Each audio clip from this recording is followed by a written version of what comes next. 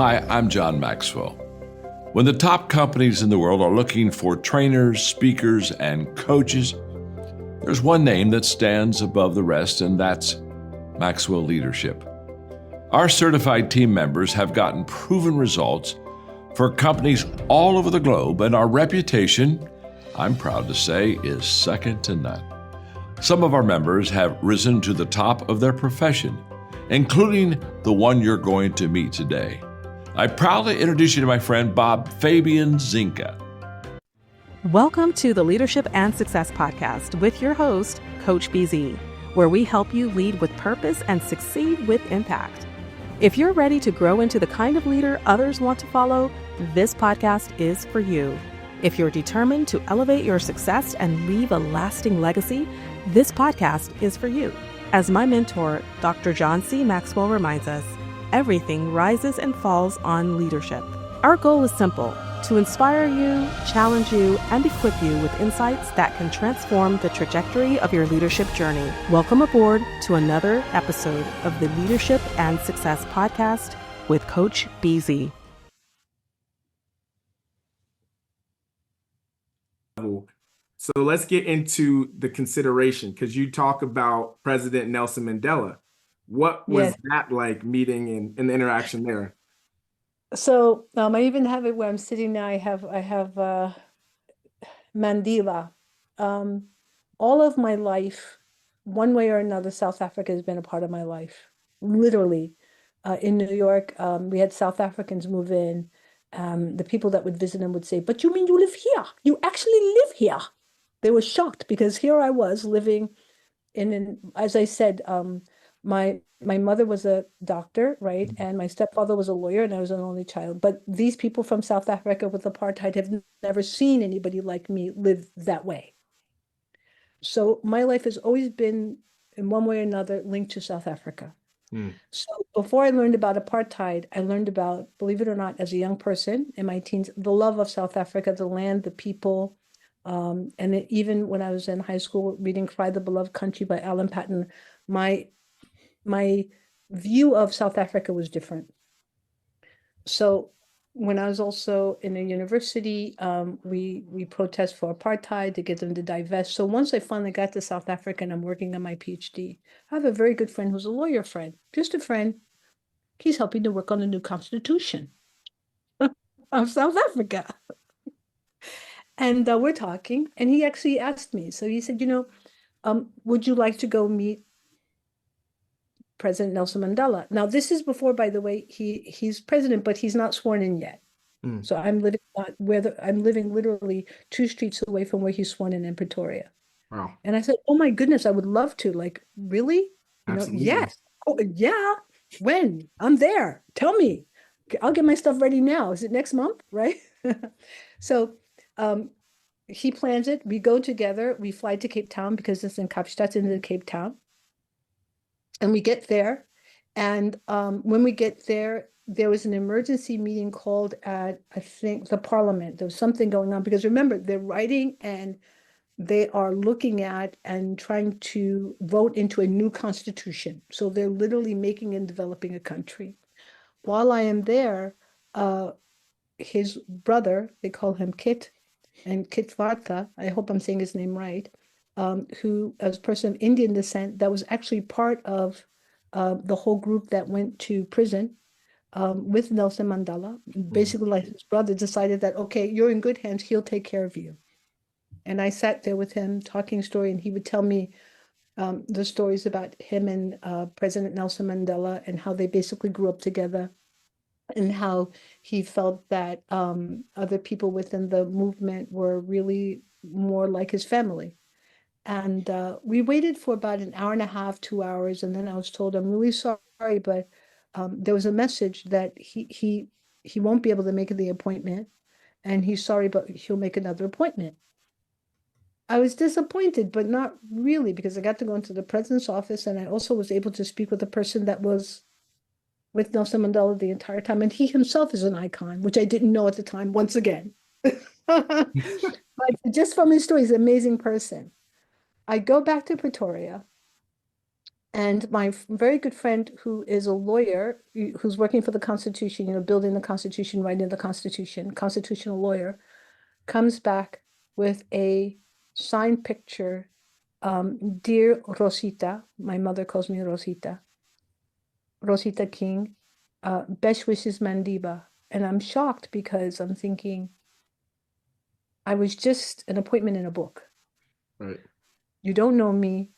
I'm not the daughter of anybody important. I'm not related to anybody important. I myself am not important. But let me understand this. You were building a country, so you couldn't have an appointment with me and you feel bad about that? Or you feel somehow that you owe me something?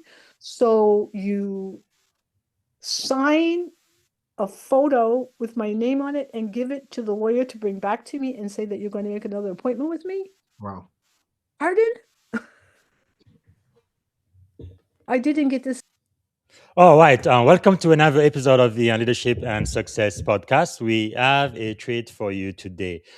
Quickly, as is our tradition, we'd like to spend just a moment for a moment of gratitude. But it's now past June 10th, right? Which was the day where the last slaves in the United States of America were told that they were actually free because of the Emancipation Proclamation and later the 13, 14, 15 amendment of the United States of America. So we are going to be celebrating freedom on the Leadership and Success podcast all the way up to July 4th, right? From June 10th to July 4th. So today we are grateful for freedom. I really believe every single human being was made in the image and likeness of God, and we were meant to be free, right? No human being was meant to be dominated by any other human.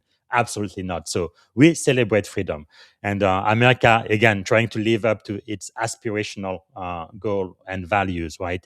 All men created equal. We are supposedly the home of the brave and the land of the free, and we need to see that manifested and realized for all of the citizens of America. And I actually believe around the world. So let us know where you are joining us from, what city, what state, and if outside of the US, which country. Let us know what you are grateful for. And also, if you have a question for my guest, type it in the comment and we will be answering live.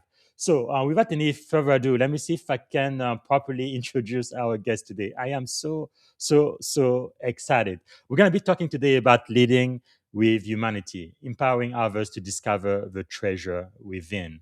Okay, I am really honored and so grateful to welcome my friend, a humanitarian leader, author, TEDx speaker, global advocate, educator, United Nations representative, and a person who has not just one, not just two, but three doctorates. We're talking about Dr. Ariel Rosita King to the Leadership and Success podcast. Because for more than 35 years, Dr. King has dedicated her life to empowering children, youth, and communities around the world. Originally from New York, she's the founder and president of Ariel Foundation International. Now she's based in Switzerland, and she has helped impact more than 150,000 young people across more than 30 countries through leadership development, entrepreneurship, human rights advocacy, and civic engagement. Her remarkable journey has taken her across more than 65 countries, working at the intersection of public health, diplomacy, international development, education, humanitarian service. She has advised organizations at the United Nations, collaborated with global leaders, and championed the belief that every person has the power to create positive change. She is also the author of a best-selling book, Humanity Unveiled, a collection of unexpected encounters that reveal the human spirit in us all. And in this powerful book, she shares lessons learned through encounter with extraordinary leaders and change makers, including Dr. Maya Angelou, another one of my mentors, President Nelson Mandela, Dr. Nina Simone, Pope Francis, Dr. Elizabeth Kubler-Ross, and many others. So what we're going to be learning today is how great leaders empower others to discover the treasure within themselves. And we're also going to learn about the powerful question every leader must ask, which is, if not now, then when? And if not me, then who? So without any further ado, please help me welcome to the Leadership and Success podcast, the one and only Dr. Ariel Rosita King. Good afternoon, Dr. King. How are you doing today, ma'am? Everyone, oh, right. For your patience. You can always now, get through technology. Yes. I really love doing this live, but sometimes we do have some challenges. So I am glad this has worked. But believe it or not, a couple of times I had to do the entire live through the phone. But anyway, I'm glad this is working. So to get started, Dr. King, what are you grateful for today? I am grateful to be alive. I'm Yes. grateful to look out, and we're so lucky. Our family's on vacation, so to see the ocean, to see the sunrise. I'm grateful to have So another beautiful. day, just to literally start another day. And I'm grateful for Yes. being on your live podcast. It's my first live stream, and Wow. it's exciting. And I'm grateful for the people that took the time on Father's Day in many Yes. countries to actually listen to something that I have to say. Absolutely. There's Believe so it or much. not. I think I could do the whole show with all my Yes. gratefulness. Actually, I think this is for the first time we have someone watching us all the way from Uganda, Africa. And Oh, his name wonderful. is Nampura Frank. He says, I am Nampura Frank. Thank you for this conversation. I am following all the way from Uganda. I don't think we've ever asked anybody follow us from Uganda before. So, Oh, that's wonderful. and Frank, thank you for letting us know where you are watching from. Let us know what you are grateful for. And also, if you have a question for Dr. King, please type it in the comment. And some people will be watching from LinkedIn Live, YouTube Live as well. And another question I like to ask Dr. King is, what is something about you that's kind of unique or special or something that most people may not know when they first meet you? I love to learn. Wow. Yeah, we know so. With two I'm PhD. curious about everything. And I remember not everything, but I remember almost everything. So if you tell me something 20 years before, and then you tell me something 20 years later, and it's a bit Wow. different, I will remember exactly what you've said. So, That is really amazing. yes, although I shouldn't have said that, but Because you have a doctorate, right? yes.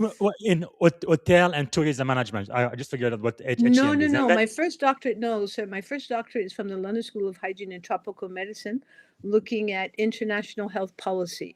And that's the PhD, right? yeah, that's the first PhD. I have two, Yes. and then I have a doctor in hygiene and tropical medicine from the same London School of Hygiene and Tropical Medicine, and then I have a PhD in sociology, working with children in trauma from the University of Besançon, in That's in France. France. That's Yes. incredible. Wow. Oh, Overeducated. I love it. I love it. So I guess what I would like to know, just to kind of get started here, you have accomplished so much and done so much. I think you've really already left a huge impact on the world. You come from a very long line of strong women, educator and community builders. How did that family legacy shape the leader you became? thank you so much. Well, first of all, my family is Gullah Geechee. We come from St. Helena Island, South Carolina, and actually My have wife also, by the way. I have actually books on our history, and I Wow. have two family members that we can track from 16, no, 1862. And Wow. our family was the first to help to educate freed slaves. Hmm. And today, my family actually started long ago. Although I've accomplished some, my family and my heritage have accomplished so much more. Wow. So I think that having a heritage like that, where you see that people have gone from very little to build, Hmm. literally the buildings are still there, Yes. to the first physicians, the first nurses, Wow. the first architects that have come from there. I think that what I do That's is amazing. quite easy compared to what they've Yes. done. And then my mother, Dr. Margot G. King, was someone who always worked in the community. She loved the community, Mm. and volunteering in the community, being a part of the community, and giving what she could was a very normal part of our lives. I didn't even realize that Wow. it was something unusual. I just thought that Hmm. every family did that. That's So amazing. I grew up in it. So, what is one of the greatest lesson you learned from your mom, Dr. Margot King? Well, I think one of the greatest lessons is spiritual, actually. My mother would say, listen to the Holy Spirit. And Mm. what my mother always tries to teach me is, as you think that you are so important and you think that you are everything, Yes. please understand that there's so much more than you. and Wow. that you can tap into whatever that is for other people, but you can tap into and listen to not just your intuition but what is correct, and you understand that and then behave in that way. So Hmm. my mother was quite clear that no matter what you accomplish, no matter who you are, no matter what you do, there's always a higher power, and more importantly you should be humble and Yes. understand that you don't know everything and you don't need to know everything. That is really quite remarkable, and you've had quite a huge impact on the youth all around the world. Was there a moment, a defining moment, when you realized your life mission would be centered on children, youth, and human rights? I mean, that's such a great question because I was maternal from age 9. Wow. Yes. I think that some people are literally just born with that. And I was always trying to help or to fix or to help someone to feel better. And as a teenager, we had something called Ronald McDonald. So I used to have Ronald McDonald carnivals in order to make money for muscular dystrophy. So Hmm. as I said, it was just a part of life. And it wasn't seen as exceptional or interesting. It was only seen as part of what you need to do to give back to the community, that this is part of how we live. Um, so I Wow. would That say is that, amazing. yeah, I would say there was never a moment per se. I just think that my whole life is intertwined into working with children and youth. And um, even today, I saw two adorable children. Yes. And I Wow. get excited. I really have a love and a passion for children. I have a respect for them, and I really believe that they're a gift to the world. And as we Yes. get older, unfortunately, that gift sometimes is shaded, but it's still there. That is So I believe amazing. that children and youth are, people talk about they're our future, but they don't really understand, I believe, because Yes. children and youth are our gifts today. It reminds Wow. us of I where love we that. should be and what could be and how the world can be different if we Mhm. would just listen. Wow, that is really amazing. No, like say you were born in New York, and you can trace your family all the way back to the Gala people of South Carolina, which my wife also. That's where, especially on your mother's side, they are all from there. But Oh wow. Pardon me, but many, we might be related. yeah, We go all the might way be, back to might be. the first slave, believe it or not. We actually have Yeah, a history back to the first slave who that is gained her really amazing. freedom. Yeah, she actually had a baby with the slave master, and he gave her and that baby the freedom, and that's Wow. where my family starts. So it's like we were That's related. really, really amazing. Yeah, my wife needs to study that history more. And I know for me, I was born in Africa, but I know in 1619, August the 20th, the first slaves that came, they came from Angola, the Congo kingdom. I'm a direct descendant of Queen Nzinga. So those were my Oh my. kin ancestors. So that's how I relate to the struggle of African American and slavery and all of that in this country of freedom. So but yeah, it's just interesting how if everything works itself out. But eventually, I think the entire world is absolutely related in my belief. No, if you believe in the Bible, Oh, Adam and Eve being absolutely, the first absolutely. people. It all started in But Africa, and it's the same. exactly. But Absolutely. So I when mean, we talk it's about, just by what when we fascinating. talk about race, I Hmm. was just thinking about, someone was talking about race, and they said race is a social construct. It's not a Yes, biological construct. So when they so ask true. me the race, I say human. Yes. I write in human. Yes, yes, indeed. Out of one blood, the Bible says. But yeah, it is quite fascinating. But the next question I wanted to ask, because we lived in Alabama, I was there for maybe 15 years before I moved to California, and I met some people in the deep South who were actually proud to have never traveled. And I was like, that doesn't make any sense. Like they probably didn't even get out of the county they were born in. And I think it kind of limits the way you see the world. Again, you born in New York, and now you've been all around the world, and now you are based in Switzerland. I guess a question I have for you is, you've lived in multiple countries, right, and traveled Yes, extensively around the world. What have yes, different cultures taught you about leadership? And unlike most American, you speak several languages too. We barely speak yes. English in this country, so it's quite fascinating. Yes, thank you. I think that I've right now been to over 80 countries. I've stopped counting, but I think I should go back Wow. again. I've lived in over 12 countries. So I'm not talking about visited for a month. Hmm. I actually lived, had to put on That's amazing. electricity, tried to deal with neighbors and trying to Yes. understand the systems. And Wow. I think in general, I realized that we're so much closer than we understand to each other, and Hmm. that there are differences in foods and in dance and in arts and so on and so forth, but the basis of humanity, the basis of who we are, is the same. Wow. We want to feel like we've accomplished something. We want Hmm. to feel needed and wanted. We all want That's to amazing. help our children to develop. We want to Hmm. leave some kind of legacy. We all don't want to be forgotten. Yes. And this is through multiple cultures.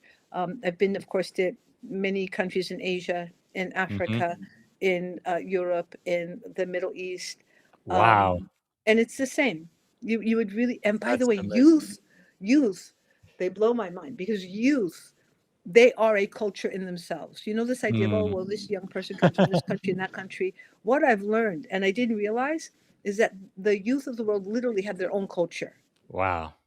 That's Doesn't fascinating. matter the language, they have their own culture, and they do it a lot of it online, and they're doing a lot um, of understanding each other and learning it from each other in spite of us rather Wow. than because of us.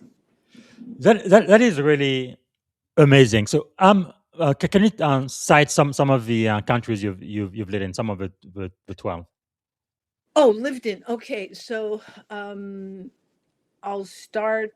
Oh, Canada. That's easy. Hmm. Lived in Canada. Yeah. Lived in France, Germany, United Kingdom. I'm just Hmm. attaching them so I can remember. Yes. Netherlands, Really. Spain, Portugal. Wow. And then once we go to Africa, I've lived in South Africa. I've lived in Zimbabwe. I Wow. lived in Zambia. That's Um, amazing. oh, wait. But then- Yeah. So many countries. And how many languages do you understand? oh, understand or Hmm. speak? Well, both. So I think I can speak about 4 languages. That's amazing. Wow. Although my mind clicks. So, for example, we were speaking French Yes. before. So what happens to me is that if I'm in France or somebody starts speaking French, I click and I start speaking French. Now Yes. I can Yes. be somewhere where they're speaking Spanish or German, but I forget to change the language. And Hmm. then when they start speaking, then click, I start speaking in that Yes. language. That's Um, amazing. Amazing. Wow. well, that comes natural. Now it didn't come natural before, but it comes Yes. natural now. But I think Yes. language is so important, and It the is. reason why I think language is important is because it gives you a clue into the culture. Let me give you an Hmm. example. Once I heard someone saying Kinder, which means child in German, to someone who was in his 60s. And I thought, did I hear that What? right? And then I understood that in not all, I'm not talking about German culture, not German Hmm. Swiss, because German, Australian, Swiss, they're different cultures. We can be clear Yes. about that.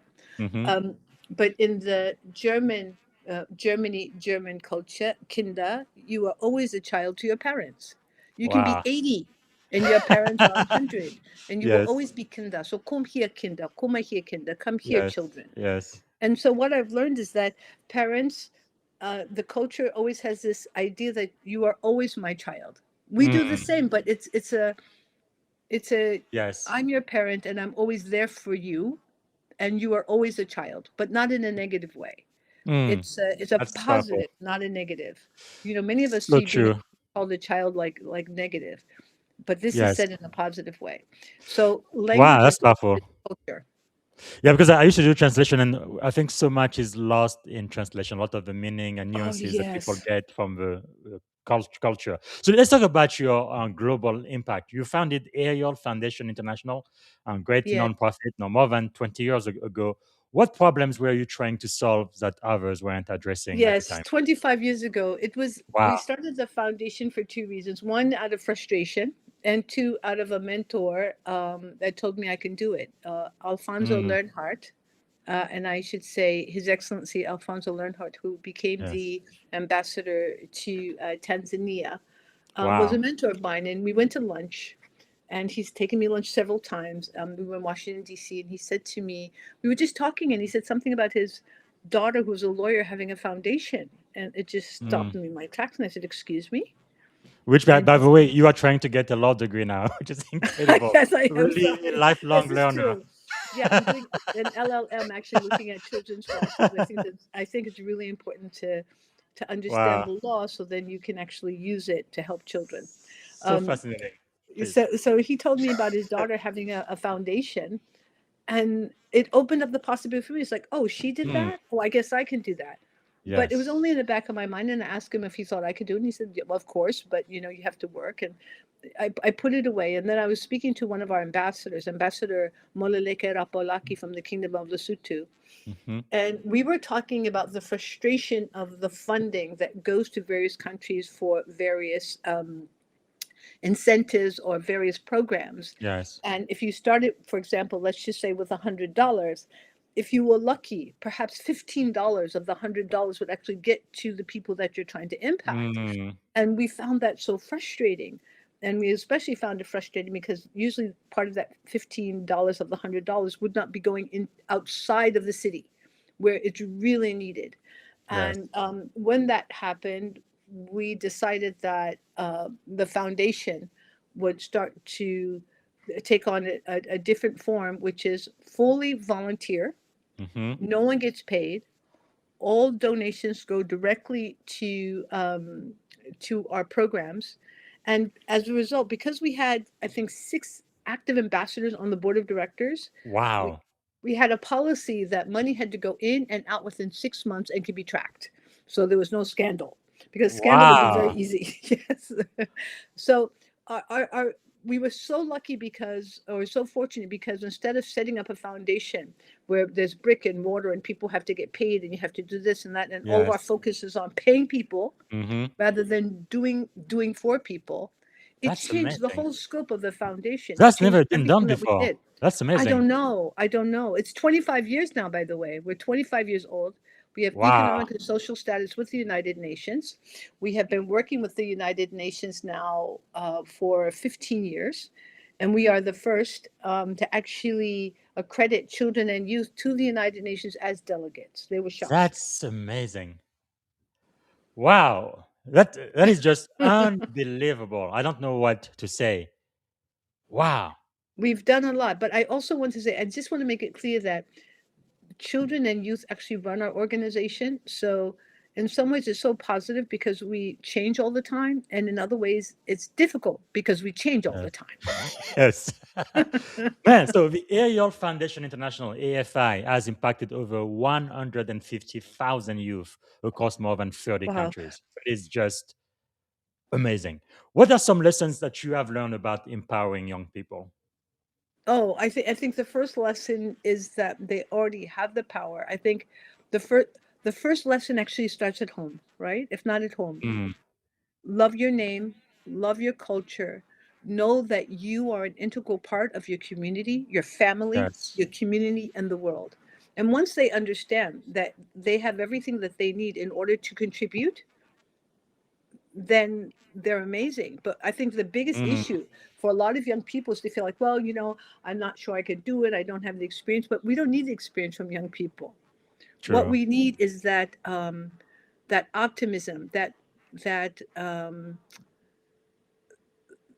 energy, that spirit, Yes. that Yes. that knowing of who they are and what they can do before we tell them that they can't. So powerful. So powerful. Yeah, That's what we, sometimes I wonder, with all of the wisdom and the knowledge I've had now in my mid 40s, I wish I could have that while I was younger, when I was still a no, you teenager. had it. You had it. The biggest thing Just, is that people needed to reinforce that and let you know that you had mm, it, and then you would use it. So we don't, in our wow. foundation, we don't do anything special. The biggest thing that we do is allow people to know who they are. Let me give you an example. We had Hmm. 20 to 30 Chinese students from various Chinese universities working with our foundation.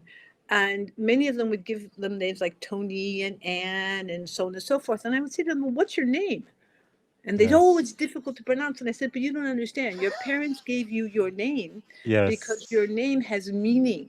And that Yes. meaning is in your culture. Your name and your culture is a part of who you are. You Yes, can't go indeed. forward without your name and your culture.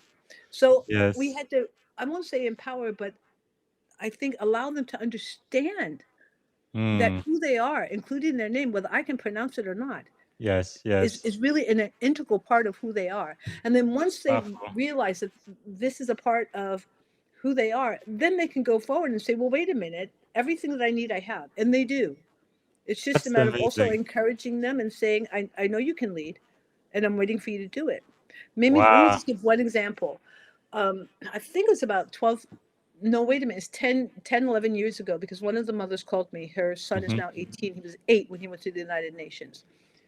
When they went as delegates, they had to dress correctly. There's no T-shirt. There's no Hmm. trainers. I don't think you call them trainers. Or sports shoes. Excuse me. No sports shoes. Yes. No fooling around. I was very clear with them.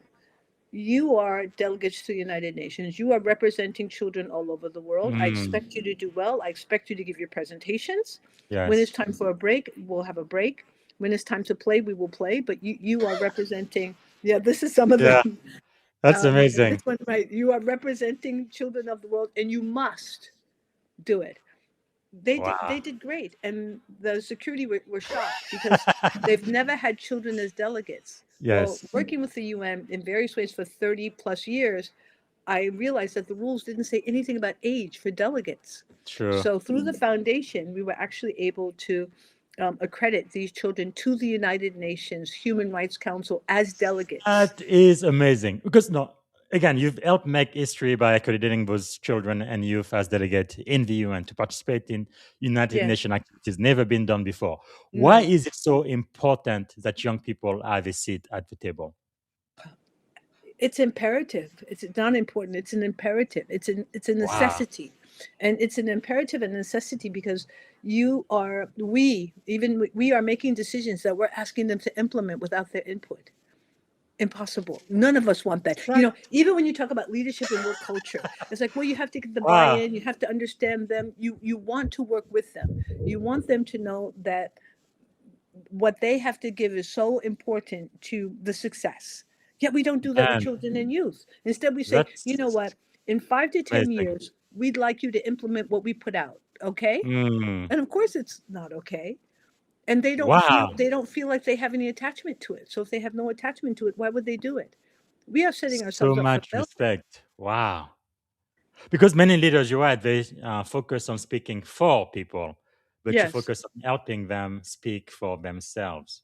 Right. We What don't does do that that at distinction all. We matter? don't do that at all. We have, by the way, we have 70 publications. And all of these publications are written by young people and put together by young people. All the Wow. photos, all the Amazing. presentations. And during this time, we only had one presentation that was written by a parent who pretended to be a child, and you could tell because it was the most juvenile and Yes. disappointing presentation that we had. It was terrible. The Wow. presentation was horrendous because it was a parent trying to be a child. Yeah. Um, but Wow. in these publications, these young people have their own voice, and these publications have ISBNs. These young people become authors, and then That's these amazing. authors are able to then have these documents go back to the UN to inform the United Nations what young people Mhm. really think and what's important Yes. to them. Wow. I'm just showing the front page of your foundation Thank you. website. I mean, you guys really do a lot. Of course, people can go and I have a link there, arielfoundation.org. So, can the people listening now, if they wanted to go to that website and make a donation to your foundation, and again, like any other, unlike any other nonprofit, you don't even take a salary. 100% of what they give goes No, straight no, to the I work. don't, not to be rude, but I have consulting and I do speaking engagements and I do other Hmm. things, and none of us take a salary. And for That's us, this amazing. is the way we've set up this foundation. And I'm so grateful that it has been able to go for 25 years. Wow. And we show that every donation, all the money that we get, even for some of the activities that we do, go Hmm. back into doing our programs. And that's what we do best. Wow. And now we'd like to do programs we call it resiliency camps or camps for children that had trauma. We've done it in Botswana, we've Hmm. done it in Morocco, and we've done it in Liberia for different reasons. Oh, there are the publications. Thank you. Wow. And the kids have the one All what the different gave the article. publications. That's amazing. Yes. Wow. All these publications are made by the young people themselves, and I can't believe uh, it. yes, and they're published authors. And by the way, the one thing that I think is important is it's not just in English. Let's say they come from Ghana or Hmm. another. They can do it in Twi. We insist Wow.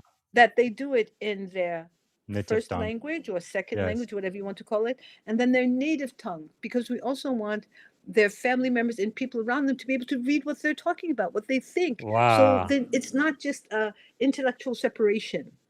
That And is so amazing. we have it in Arabic, of course, we have it in Russian, we have it in Spanish, these are the UN languages, we have it in French and English, but we also have it in what they say, quote unquote, minor languages. Hmm. So, and that would Wow. include Lithuanian, of course, Russian, but That's African amazing. languages that aren't Amazing. usually written. Yes. Yes. Yeah, Yes. I'm so proud of young people. So I talk with such passion about because I'm so proud of them. But they need to be encouraged and pushed. Oh, Dr. Yes. King, I really don't know. I said, well, go back to your grandma. I'm sure your grandma knows. Go back to your Wow. auntie. So I do a That lot is of pushing. amazing.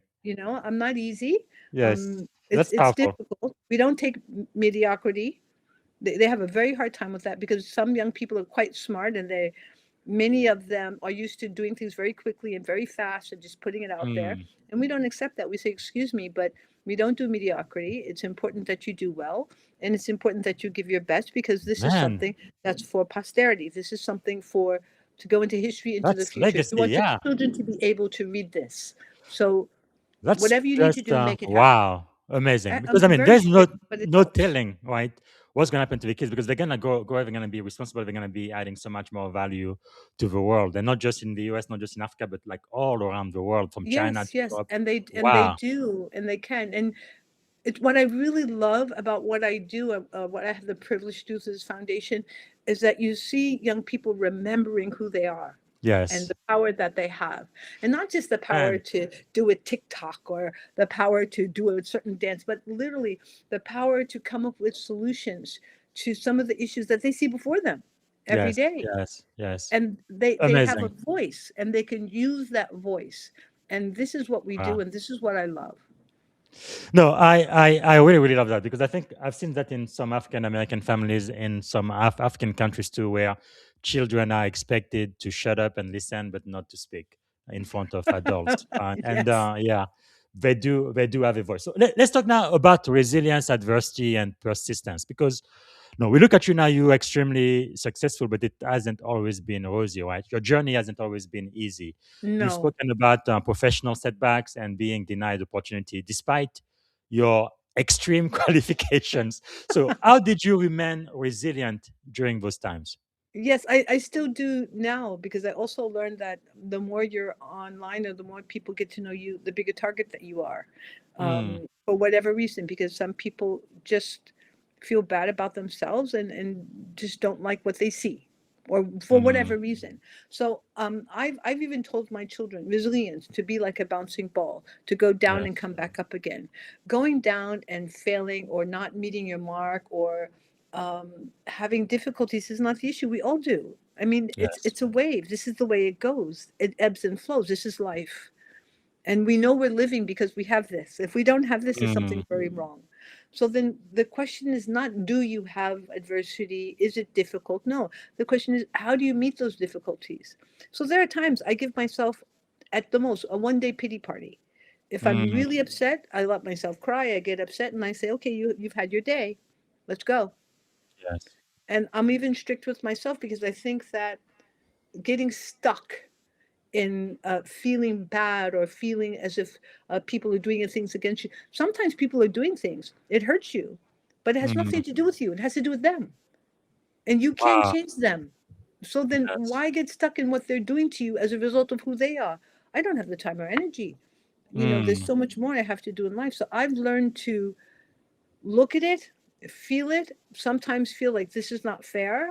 It's like, yes. okay, I'll go around it. And I've learned to go over, around, And, under. You yes. can't tell me there's not a way. If Yes. I'm alive and I'm breathing, there's a way. Wow. But something you mentioned, I want to say that for just a second.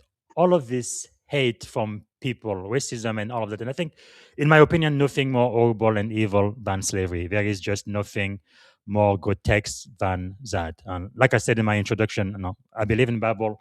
God made man, and He says, "Adam, you will have dominion." So a man is not created in the image and likeness of God, was not created to be dominated. But yet, slavery endured in this country for a very long time. And we talked even about the Gala people being one of the first slaves in America. Where do you think that hatred, that evil comes from? The desire for someone to want to enslave another human being and treat them like property.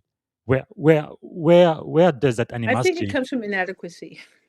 Hmm, Because I think if people really believe that they can do the work that was needed and do what they needed, they wouldn't have to enslave people. They wouldn't have to go catch them to do the work that they can't do. It takes a lot of yeah, time, energy, a lot of mental focus. It takes so much to yeah, capture people, to hold them, and then to make them do what you want to do. So I think it comes from a feeling of inadequacy. Why? Because if mm, you thought that you were adequate enough to do the work and to make the progress that you needed without those people, you would do it. yeah, yeah. So it doesn't come from, in my opinion, from a feeling of superiority. It's the opposite. Hmm, It's the opposite. So then you say, well, where does this come from? People not knowing who they are, people being lost. You know, that's one reason also. I mean, we'll get into the book, but I wrote the book because there's so much language about violence and so much more language about mm-hmm. artificial this and artificial that. And we forgot who we are as people. We Wow. forgot what we have inside of ourselves in order to make life happen. We have everything we need in order to meet the goals Yes. that we have, but we just Man. don't realize it. And like I said toward the introduction, no, you come from a very, very long line of very strong people, especially women throughout your uh, Yes. entire tree. But where do you think that resilience comes from? Where you are going to go through it no matter what, you're not going to give up, you're not going to die, you are just going Right. to make it. I Like think it, even now, right? We were talking. You were saying you have this obstacle. It's like, no, I'm going to go around it, above it, under it. I'm going to find a right. way as long as I'm Whatever alive. I need through it, whatever Where I need to do. where does that come from? I think it Because comes many from, people, they go through what you're going through and they're gonna die, they're gonna yes. crumble. But then But can people I like say a lot of young you people, I just mean, this is a bounce good bounce back. question. Like why? This is a good question because I found that all over the world, and I do mean all over the world, young people Hmm. are having a difficulty with this idea of resiliency. Yes. You know, this idea of I'm going to get through it. And I do mean all over the world. And we're actually doing some research on that. We've done some research in Mm, Malaysia in business schools.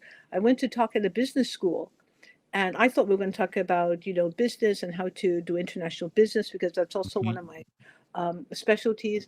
And instead, they wanted to talk about we have young people who are graduating from business school. They apply to one job and they're quitting. What's going on? So Wow. then you think, well, I'm not sure that it's the young people's fault or it's something that the young people are doing because we're seeing this all over the world. We're Hmm. not just seeing this in one place. So what we're seeing is this idea that everything comes easy. Mm. Everything Microwave comes generation. easy, you know? And it's not, I won't say it's not their fault, but they've been set up that way. Yeah. Everything looks easy. I'm going to, you know, put a filter on. I'm going to do a TikTok. Look at this person's Hmm. life. They have a, you know, or this person is an influencer. They Yeah. make millions of dollars or millions of euros. Life is Hmm. easy. And what we've, unfortunately, the mediums that have the attention of our young people are making them think that everything is so easy and they're failing because they're not doing what they're seeing. Yeah. But what they're seeing is false. It's not real. Yes. We're not showing struggle. We don't we don't say that struggle is to struggle is important. I was Hmm. even saying to somebody, I was thinking about this. When you go through birth, when you're going through the birth canal, or even if you have a C-section, you don't just pop out. Yeah. When you go through that, when the water breaks, it could be 24 hours. Hmm. And there's strain and there's pushing of muscles Yes. and there's, you know, it's a struggle. Birth is a Mm. struggle. And we forget that part of our lives needs to be a struggle. We Mm. need to figure out how to get around and to get out and get through difficult times. That's Wow. also what helps us. It's our fuel. Yes. It helps us to keep going. And young people Mm. today have been sold the bill of goods all over the world that to struggle is a problem. And if it's Wow. easy, that's good. And as a result of that, they don't have something called resiliency because they don't understand that when you go down, you can go back up again. Yes. This whole concept is gone. Man, that is so Powerful. Yeah, I think I guess we've come to a microwave generation. Everything is almost instant, and yeah, there is definitely value in going through the struggle and overcoming. So, what advice would you then give to leaders listening right now who feel overwhelmed, underestimated, or undervalued? Right. I would say, I mean, honestly, what I do for myself, because there are times that I feel the same. And I think that's a part of life. But I also think that we all need to figure out who are we and what Mm, do we want to leave to our families first, the people around us. yes. What if we die tomorrow and people say, oh, no, but this is true, we could easily die tomorrow. What do we want to leave with our families? Not just what you want on your tombstone or what you want them to say at your Yes. funeral. What do you want them to think when they're having a difficult time? Mm, How do you want them to react when life seems to knock them down and they don't know which way to go? yes. That's your legacy. So then you start there. You do that for your community, you do that for the world. What would I like? Mm, I would like my children and people that I love and care about to understand that life is beautiful, and no matter yes. how difficult it is, it's life. Powerful. And that's more important than anything. Yes. Wow. So, what role has faith, purpose, or conviction played in helping you navigate those difficult seasons in life? Yeah, I'm just smiling because I don't know anything else. Yes. Yeah, Every because you day, said even as a child, your mother was telling you to listen to the voice of the Holy yeah, Spirit, which is listen to the pretty Holy powerful. Spirit, and right, it's so um faith is everything, but faith is an action word. It's a verb. Hmm. It's not a description. Oh, yes, I Yes. have faith. No, it's active. What does that Hmm. mean? So, faith is every time I breathe in air, I have faith that that air is going to be there in order that I can actually breathe in the air. My lungs are going to fill, and I'm going to be able to keep Yes. going. Right? Faith is being able to believe in something that you can't necessarily see. Sometimes you can't feel, but is there. Mm, It's a part of. I believe that it's a part of our inner being. It's a part of our, oh, I don't even want to use, but our chi, our energy, our, yes. some people call it our soul. I mean, Hmm. we have different names in different cultures for what this is. Yes. It's the same thing with different names. It's that light, Mm. it's that spark that makes us who we are, not the body, but the person that So transcends the body in order you're to talking live. about the spirit. So there is this unquestioned triumph of the human spirit that just would not quit. I guess the question I have about that is, how do you think people can tap into their spirit man, their spirit person, which is much stronger than the adversity they might be facing right Right, now? Because right. it seems to me like that makes all of a difference. Like you've talked to some of the most famous people in the world, including Nelson Madiba Mandela. He was in jail for 27 Can years, you but imagine? yet he didn't give up. He didn't break. And yet, No. when he had the chance to become president of his country, he didn't go about doing to the white Africans what they did to his people. Can He you forgave imagine? them. Yeah, Exactly. that takes strength Do of unto spirit and others what you character. had them do to you. He didn't do that. How He went above that and beyond that. how do we tap into that part of ourselves? You think? Well, I'm going to say things that I think people aren't going to be too happy about, but I think we need to remember who we are in our humanity. I Mm, think we've lost our humanity. We've, yes. we talk about robots and we talk about cars and we talk about AI and we talk about this. All Hmm. these things are supposed to help us, or all these things are Yes. supposed to replace us. But this is the world, and this is the earth, and we're human, and we Mm, forget that there's value in our humanity. wow. And this is extremely important that we actually have value within our humanity. Yes. And I think that we don't have that. I think it's important, but we don't have that. We don't have the value that's needed within our humanity. Actually, this is a great segue to get into your best-selling book. But before I get there, the last question I wanted to ask in this segment is: how do you stay hopeful while working on some of the world's most challenging humanitarian issues, especially working with kids? And some of them have gone through a lot. And you see sometimes the worst of the humankind, what some people are able to do to a child. How do you stay hopeful? That's such a good question because I think that have such deep feelings and I am so sensitive to what happens to children and how children are treated in various parts of the world, or even in my part of the world, people that I know. And I realized that, you know how they say get back to basics and fundamentals? Yes. I realized that children are the light that we all need. If you Mm. want to know, what's that secret sauce? What's the things that we need? Remembering who you were and who they are as children, because they're not the Yes. hope of tomorrow. They are the answer, the way, and the hope of today. Mm. And I Wow. think that understanding that, even when they're going through adversity, helps me to realize that anything and everything I can do to bring out the voice, to give those children opportunities to understand themselves, who they are. Yes.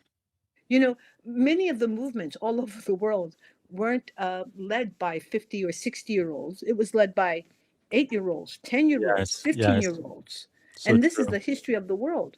And for some reason, there's a disconnect between Mm. the changes that have come through, and I mean various movements all over the world, through youth, through children and So youth. true. Even the civil rights movement in the US, people forget when Martin Luther King was in Birmingham, Alabama. I used to live in Alabama. They weren't going anywhere. And then they made the decision children have to get involved. And it's when America saw what those racists did to those black kids, Yes, young because it kids. was They're it was like, their lives. It was their this lives. is not acceptable. This is not the country we want to be. And then we got the Civil Rights Act and then the Voting Rights Act. Children had to get involved for that to change. Otherwise, most of white Americans were just fine with the way they were treating adult black. But when it came to kids, they were like, no, we cannot do that. I think that all of us remember what it's like to be a child, and we Yeah. remember the wonder. We remember some of the positive. But if you can get through life without trauma, you haven't lived. So all of Mm, us have had trauma.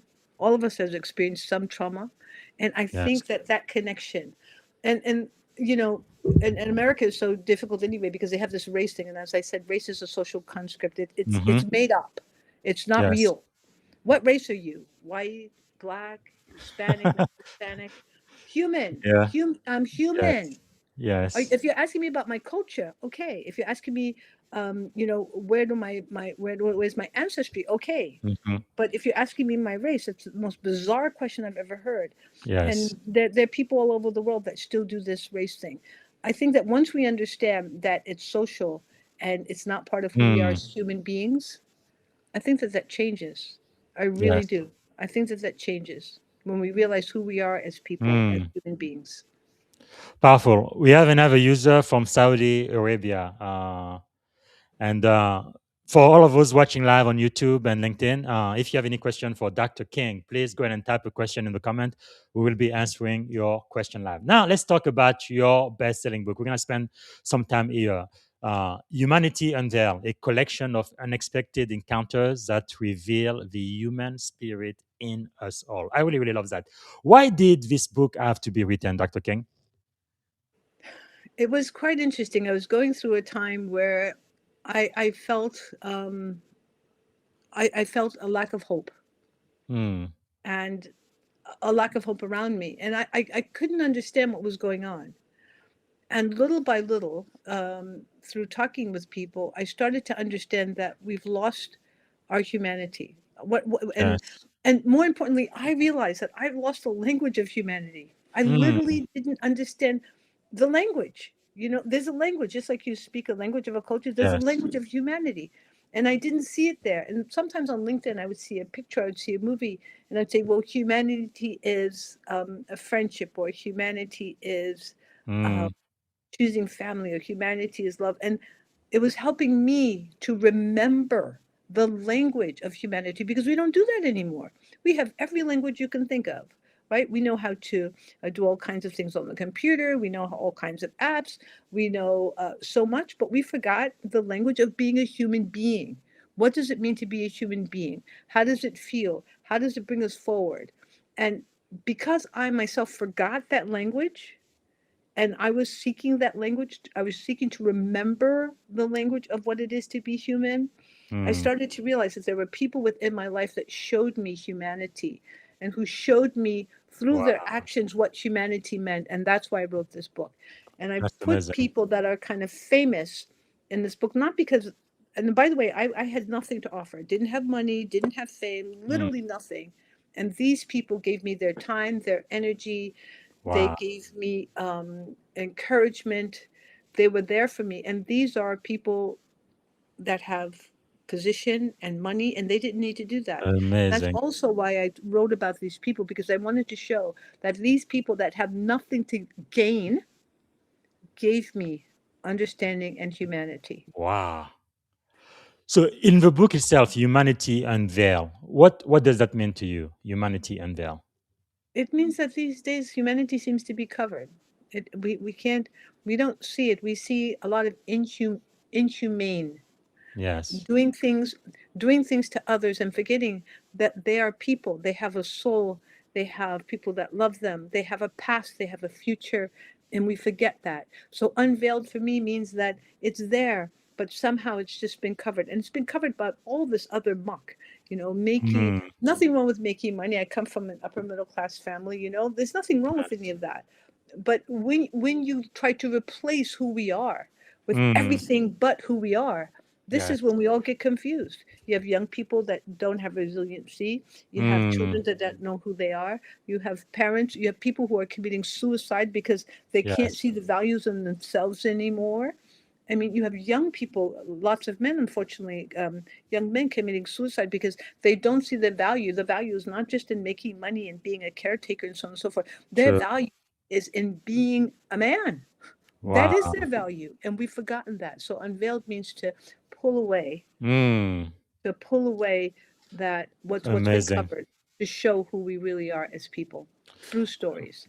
And like you just mentioned, you've shared encounter with extraordinary individuals. No? Maya Yeah, Angelou, extraordinary. Nelson Madiba Yeah. Mandela, Nina Simone, Pope Francis, Elizabeth Kubler-Ross, on and on and on.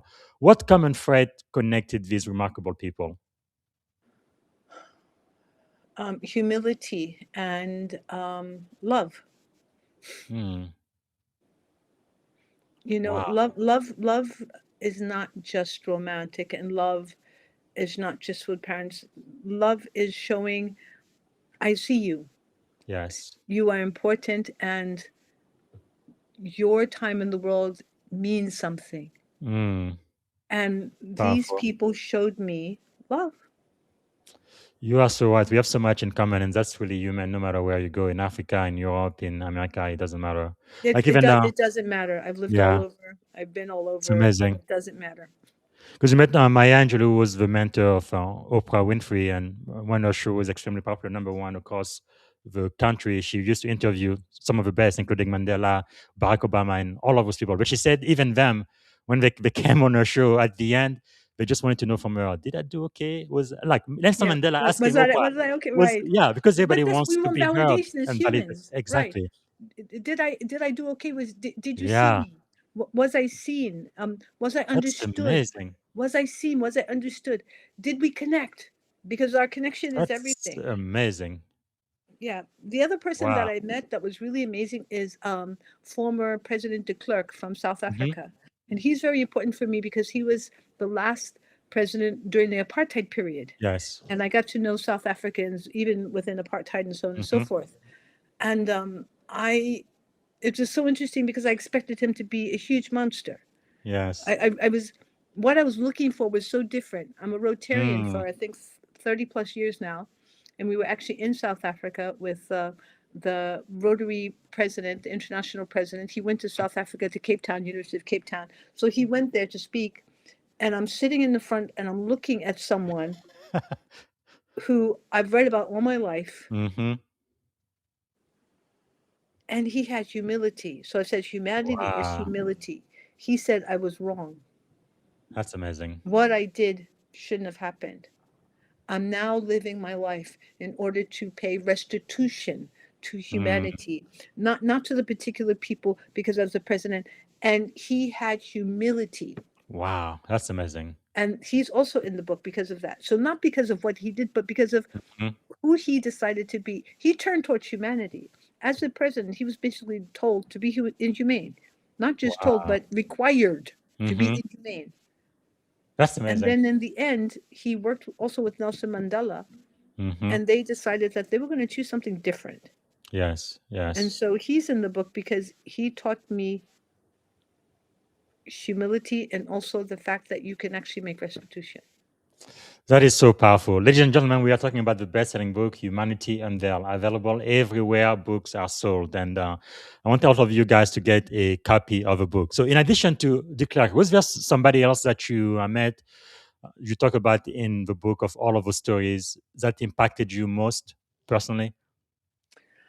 Oh goodness, I have to be honest. I mean, all of them impacted me, but I would say Ambassador Alfonso Learnhardt, because he Hmm. acted as a mentor to me and was Yes. always so positive. I think without him, the foundation wouldn't exist. So I would Mm. say that he's extremely important because with him taking me to lunch and Mm. mentoring me, although I didn't realize that was, and Hmm. um, being there for me. Uh, and I would say it was only a few times, but it changed the way I saw myself. It changed the possibilities of what could be. And Yes. as a result, the foundation is now 25 years old. So I would say That's him because amazing. he put a ripple and it had far and wide Wow. effect. Yeah. What do you think is the importance of mentorship? Why is that so critical? It's imperative. It's a foundation of life. Wow. Even for young people, and for teenagers, many of us are wired not to necessarily listen to our parents Hmm. because we have to push away. This is part of the breaking out of the shell, breaking out, and Yes. doing what we're supposed to do. Difficult for parents, but this is something that's done. But mentors, people who are older who have already gone through it, that can guide. If not guide, just be there and to listen and to support Hmm. makes all the difference because we as human beings, we need that connection. Yes. We all need someone who's for us, Mm. who believes in us, who's not necessarily in our family. And I know that Yes. sometimes we also pay for mentorship, and I understand that, or coaching. And I'm not against that. I think that everybody needs some kind of coaching or mentorship. But I think that if you can find at least one mentor that is doing Mm. something that you do, and sometimes they don't even know they don't even know that they are your Yes. mentor. Yes. You are following them, you are understanding them, you're learning from them, and they have no idea that they even have that role. So the mentor doesn't Mm. have to be this formal, will you be my mentor? It has Yes. to Yes. be um, like a disciple, someone to Hmm. follow, right? A Wow. discipline, Powerful. someone to follow. Yes. And that's what I see mentorship as.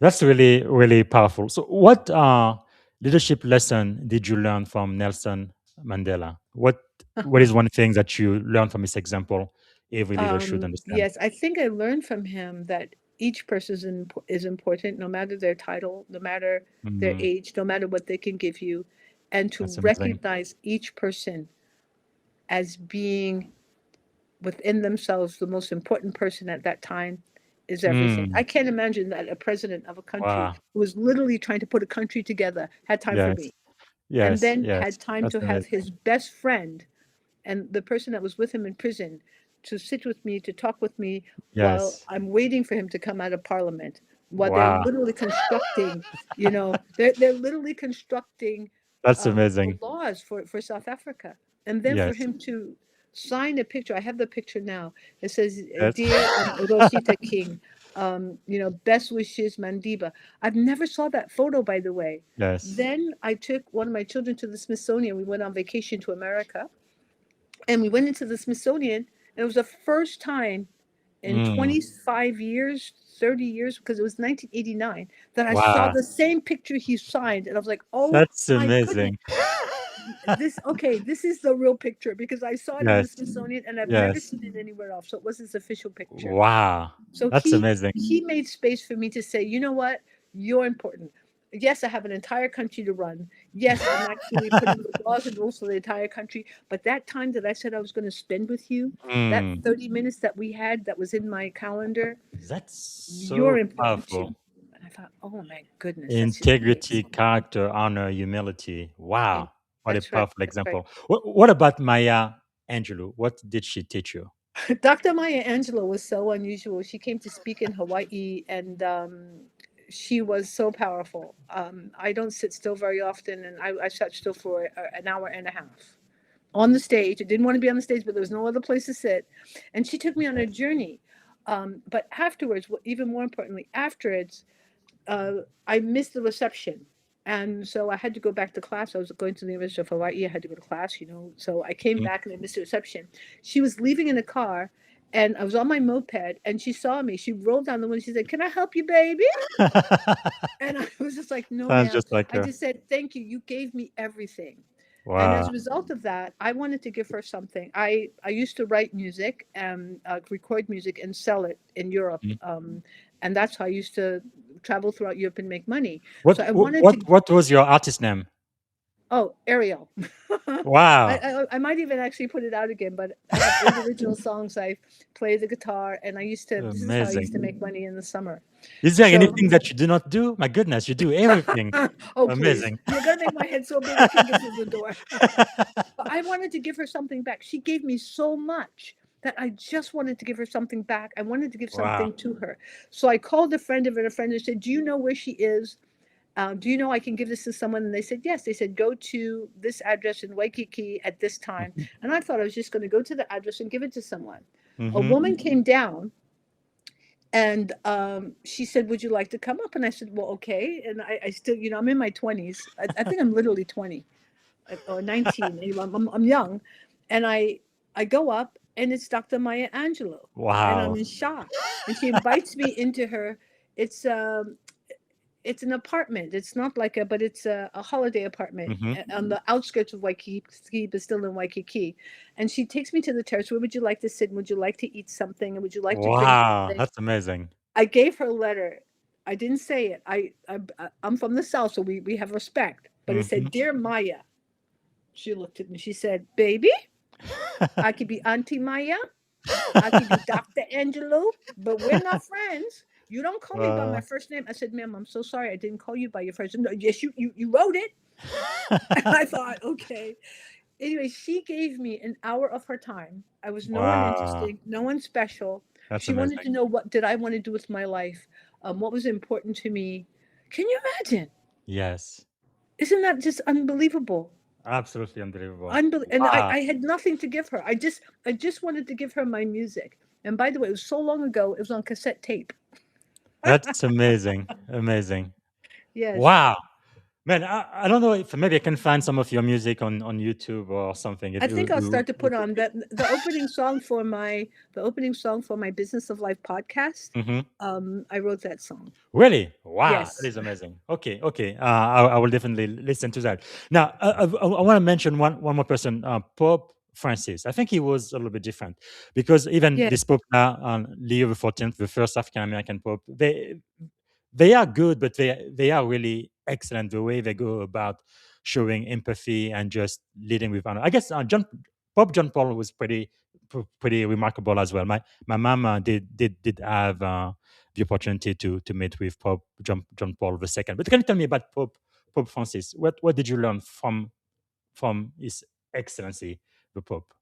Yes. Well, first of all, when I went, we were working with something called Road to Change, which was trying to change the laws for when someone can report child sexual abuse, and to Mhm. harmonize it, and also to harmonize the laws of what's the age of consent. So some Yes. people say the age of consent is 12 years old with a 60 or What? 70-year-old, but that's okay. Anyway, the age of consent is very different all throughout the world. So our foundation actually helped to sponsor Road to Change, and I sponsored so much that I was driving a caravan with a person Mm, who was walking all over Europe, Dr. Matthew McVarish.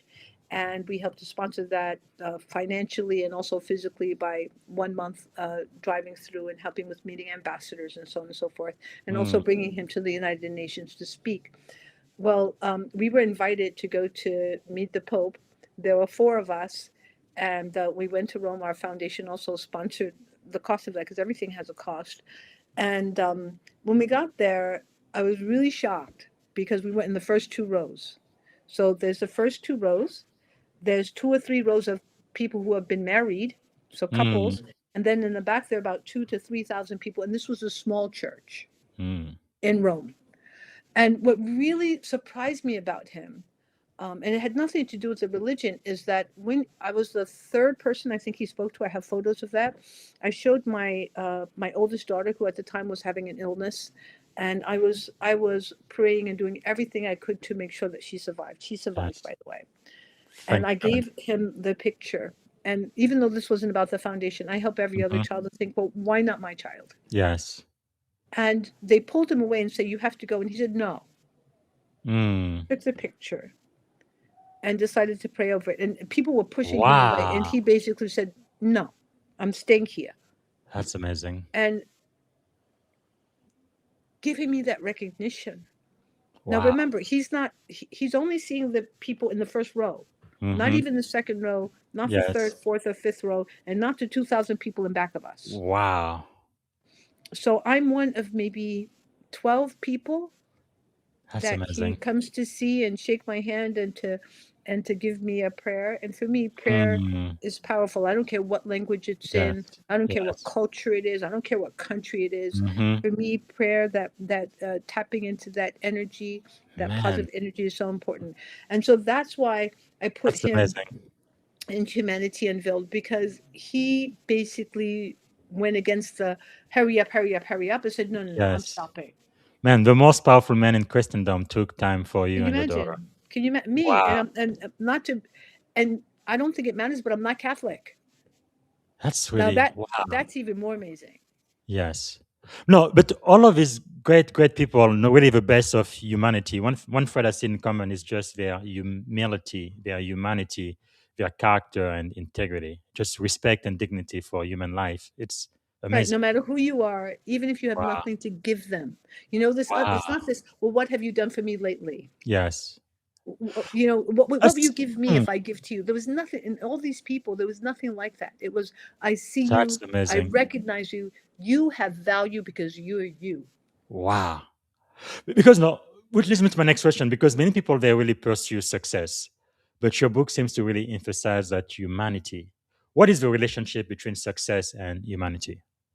Well, without being too much exaggerating, you can't have success without humanity, because Wow. humanity, to be human is everything. But to be human also means to have that energy, that chi, that life force, that soul. When you don't have that, you might have something that looks like success. It might feel like success, but it's empty. How many people Mm, do we know are successful are committing suicide? yes. Because that success that they're going over isn't success. It's disguised as success. And that's why we call it humanity Mm, unveiled, pulling back what is yes. humanity and how does it affect our lives. So, Yes. Like, without humanity, mm, life is empty. It's really empty. yeah, Robin Williams was one of the biggest example. He made so many people laugh. He was so successful. No, if you look at how much money and fame and all of that, but yeah, he wasn't happy at all. Hmm.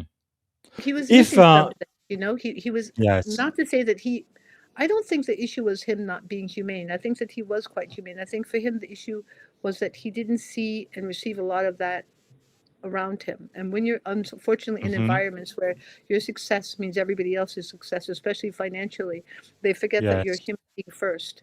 And you become a commodity, a thing, a chattel, something to be bought and sold. And I think that that's Mm. where some people have a very difficult time, even though it looks like they're successful. They don't feel that because they don't feel that people recognize them. Wow, that is amazing. And by the way, our friend from Saudi Arabia says that your name Ariel means the city where King David settled. Isaiah 29:1. That's very, very nice. Thank you for Wow. that. Thank you. So the last question I have for this segment, if readers could take only one lesson from your book, Humanity Unveiled, what would you hope it would be? I think that the lesson is that if you have to rely on anything, rely on your humanity, rely on you being human, rely on you treating Mm, other people as if the most important aspect of them is that they are human beings. yes. That's simple. Wow. Now, I want to take just a moment to talk about your very viral and famous TEDx talk. It's so, so powerful. In your talk, you expanded on Hillel's famous quote, right? By adding, if not me, then who? Why is that question so important today? I think that so many of us think that it's somebody else's responsibility to make life better for us, for others. And we've been taught to rely on other people. I mean, we're always connected, and you can always connect with other people and be with other people, but that's Yes. very, very different from saying everything that I need is outside of me, you do it. Mm. And saying it's you are the answer. You are the answer. I Yes. mean, even in the TEDx talk, we talked about the poem being built in the image of God, right? Whatever God is Mhm. for you, um, that what you already have everything that you need, but you have to find it within yourself. It's amazing. Yes. You go around the world. I've gone around the world, and you look for life, and you Mm. come back to yourself and realize that everything that you were looking for, you have. That's amazing. Wow. Powerful. Yeah, another verse in the Bible says, greater is he that is in you than he that is in the world. Sometimes we spend our entire life looking for something outside of us when it's within. Wow. Powerful, powerful. Because you do tell the story of a beggar, right? Sitting on a treasure chest without realizing it. What does that story teach us about leadership and potential?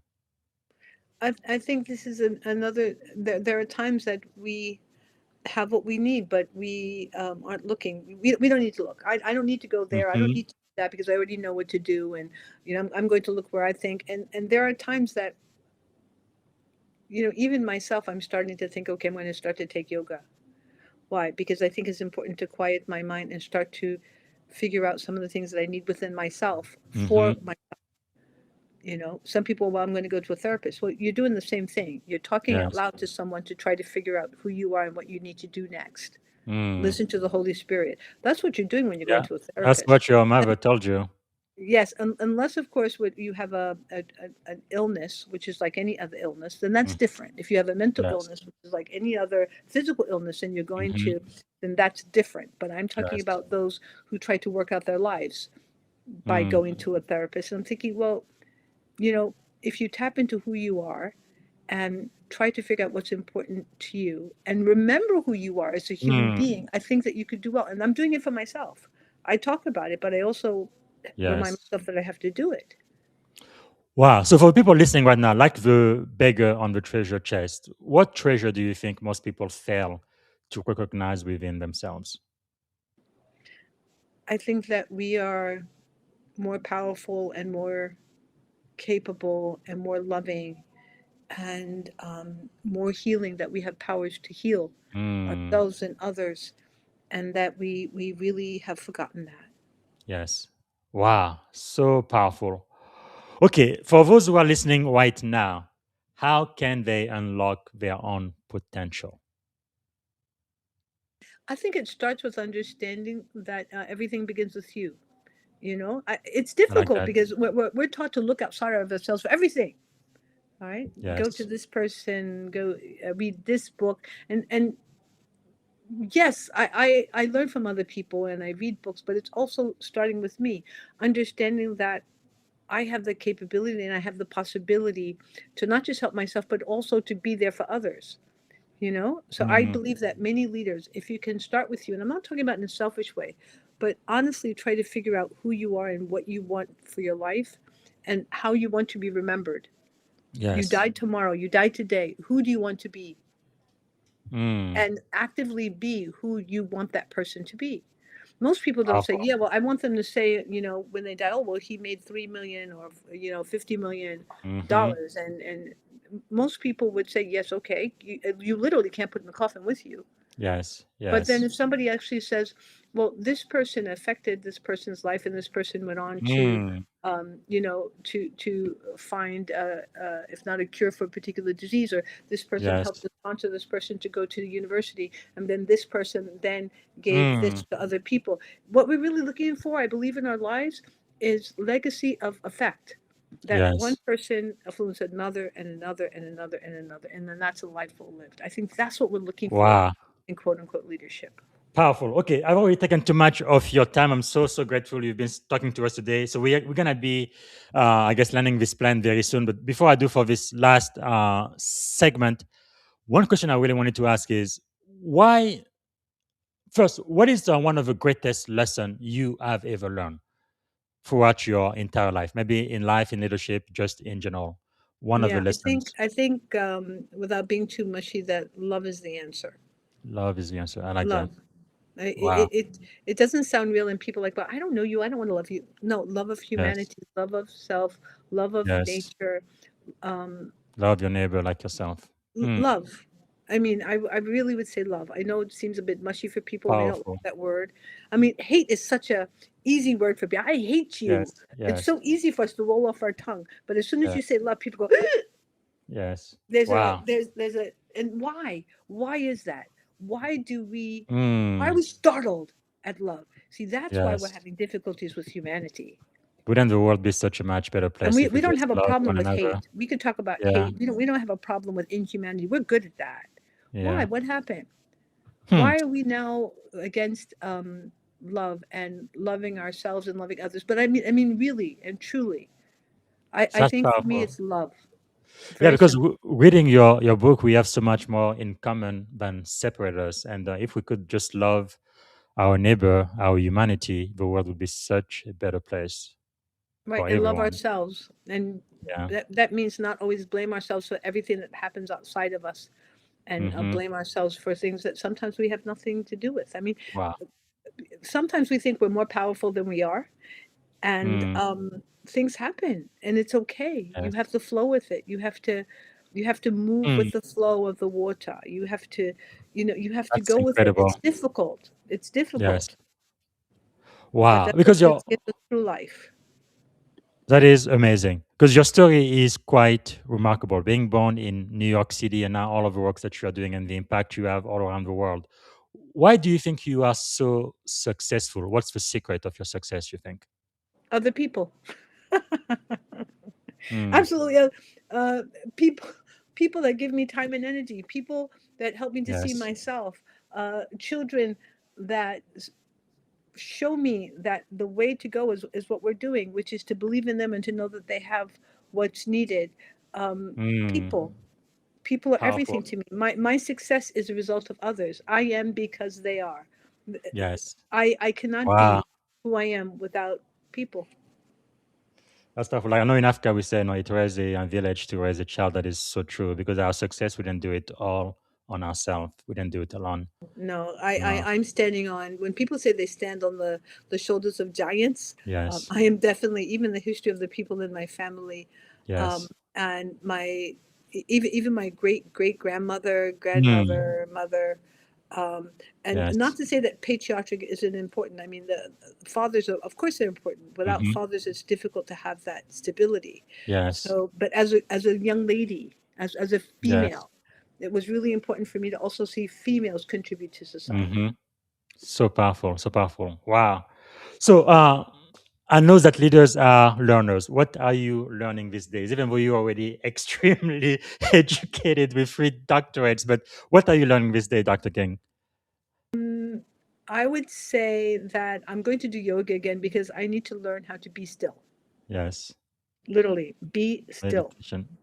I like that. And then, of course, you are also working on a law degree. It's like you never stop learning, which is fantastic. What Yeah, what, what do you think taking of too this? long. An LLM, I'm doing an Yeah, LLM in human rights for children's rights, but I still man, think it's that's taking too long. incredible. You know, Incredible. you think so, but I think that I could be doing better. What do you think about this artificial intelligence? It looks like it's just changing every single industry around the world. There's always a new thing, isn't there? There's always a new Yeah, toy. There's always a new thing. yeah, And I, in some ways, I like it. I went to the hotel last week, and we went on a family vacation, and there was a robot that was cleaning, that was vacuuming, and the robot had little eyes just to make me feel amazing. better. I would stand in front of it because that's just me, Yeah, even at this age. So I stand in front of it and see what it does. And wow, also was taking dishes back and forth to the kitchen on its own. I thought, well, this is that's amazing. amazing. But Yeah, it's a thing. It's a thing. yeah, We live mm, in a living, breathing, soulful world. Artificial powerful. is artificial. All of us want the real thing. We want the real fruit. We want the real meat. We want the Yes. real music. We want the real, don't we? Mm, Artificial is nice if we have artificial flowers are great up to a point, mm, but there's times you yes. want to smell it. You want to have the Wow. fragrance. You want to, if you can, touch the petals. There are times that you want the Mm, real thing. So yeah, so artificial powerful. intelligence is there, but it's artificial. I love human Yeah. intelligence. Wow. So artificial intelligence will never replace our humanity. How? It's powerful. How is it possible? Artificial is, it Mm. says it in its name. Yes. Wow. And also, for most people, we always focus on their great successes, and you've had a lot. But what about failure? How has failure shaped your life? You know, at every turn there's failure. At every turn I've had failure. Even now dealing with different quote unquote failures, but I don't see them as failures. I see them as a part of life, a part Mm. of living. I don't. Yes.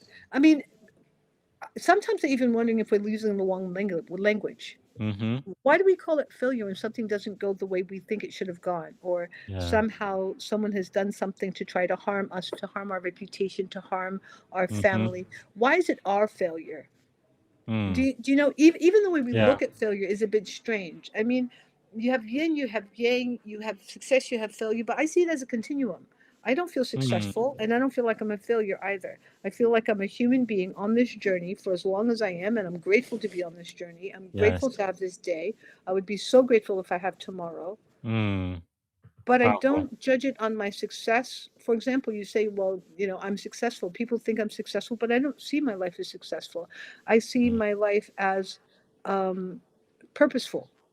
Yes. And within Purpose. that purpose, you're going to have times of positive and you're going to have times that are negative or not so positive.